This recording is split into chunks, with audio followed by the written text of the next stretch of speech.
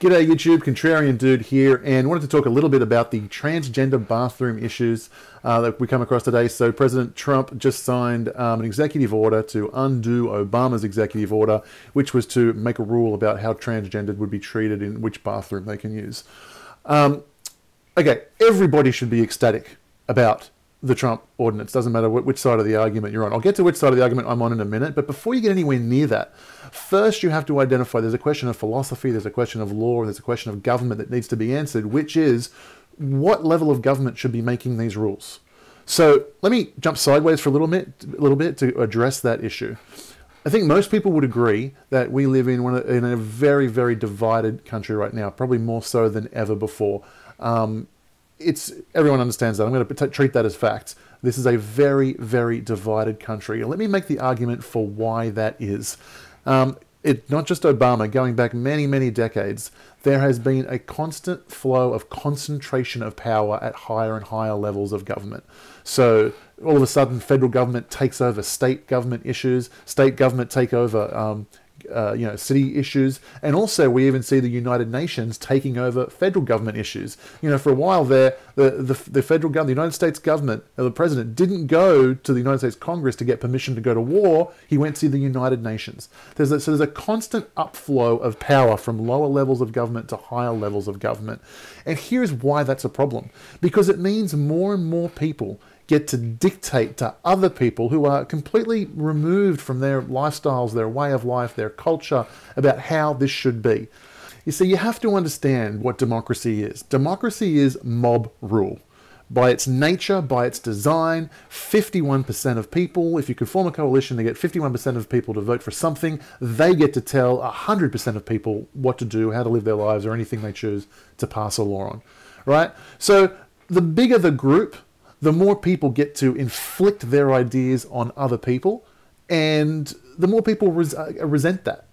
Now, to mitigate against that extremely divisive, that divisiveness that is inherent in government, what you want is, wherever possible, you want to make those decisions on lower levels of government so people can vote in their own communities. So, for example, on an issue of national defense, which is kind of cheating by using it in the argument, but on the issue of defense, who we should go to war with, well, yeah, that might need to be at a higher level of government, like a federal level of government. But, I mean, do you realize that the federal government doesn't legislate against murder, doesn't legislate against rape, it doesn't define what those things are, nor does it say what the punishments are? These are state issues. State by state, they choose to have capital punishment or not.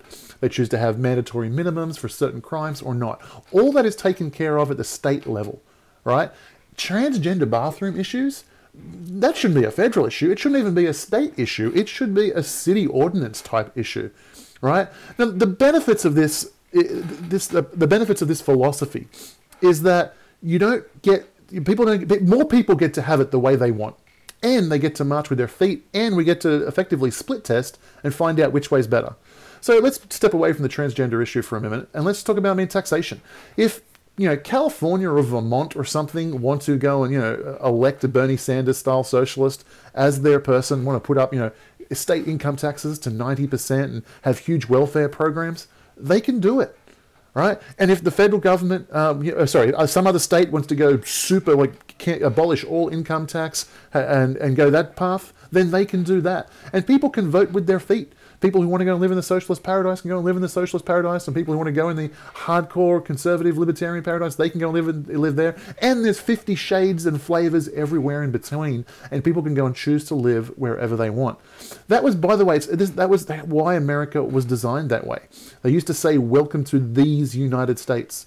All right, each state was sovereign, and the states would compete for the populations. Whoever made the most favorable laws, the best laws, whichever laws turned out to create the most prosperity, that's where most of the people would come, and then the other states would be forced to follow suit, and through competition, you would get the evolution of the best set of laws. Well, that kind of changed. The culture of America changed. It changed with the Civil War. Lincoln chose to keep the Union to get together. So obviously, shouldn't need to be stated, but obviously the fact that slavery was abolished as a result of that war, that was a very, very good thing, a good outcome of that war.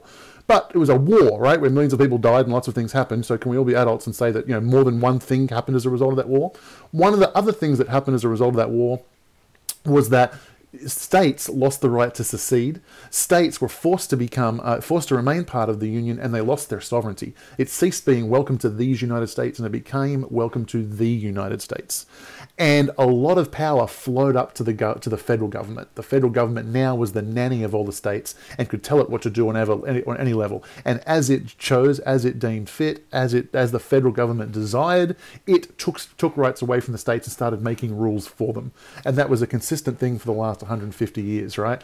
And as a result of that, more and more issues have flown up to the federal government, and now the result is divisiveness, right? If Californians get to live however they want to live, and Texans get to live however they want to live, and everybody else in between, then this divisiveness doesn't happen. We get to be, well, we share a common goal in that we want to fight Hitler in World War II, and we'll all go and fight together for that. But on issues about, how our education should be taken care of, what our income tax rate should be, where our transgenders can go to the bathroom or not, that should be at a state level or an even lower level. And so the cure for divisiveness is to push things back to states and back to local governments. Now, Trump ran on this campaign.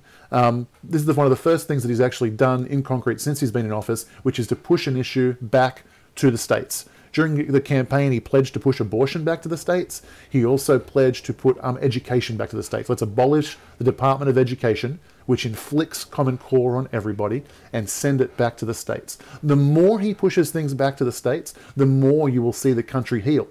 Because you don't have to fight doggedly to gain control of the federal government to inflict your version of whatever you think's right on the rest of the country. You simply organize in your community. You get that, you elect representatives to that smaller community, a much, much easier job, a job that can be accomplished with a much smaller budget, puts way more in the hands of the people.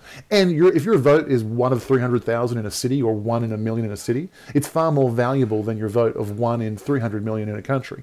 So the more you have more and more power, the more that the power is set back down to the lower levels of government.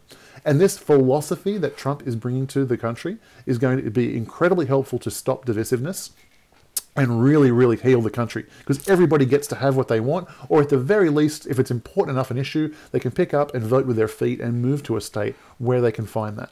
So that's a really good thing. Now, on the issue of transgender bathrooms and what should happen, I would like to throw my hat in the ring and give an opinion. If I would choose, I would like to, if it's not a thing that's important enough for me to move over, to be perfectly honest. I don't think it's that important. However, what my vote would be if I was to cast for something like this is that, well, really my vote would be that the property owner gets to decide. If you own a restaurant, if you own a commercial building, if you own some place where there has bathrooms, you get to decide who you let use your bathrooms. That's what I would actually do to the very end.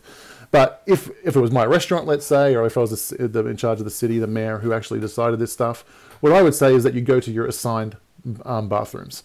People are like, oh, you racist bigot, whatever else, it's so hurtful for transgenders. Look, what about drinking laws? Why can't a 13-year-old identify as a 25-year-old and start drinking?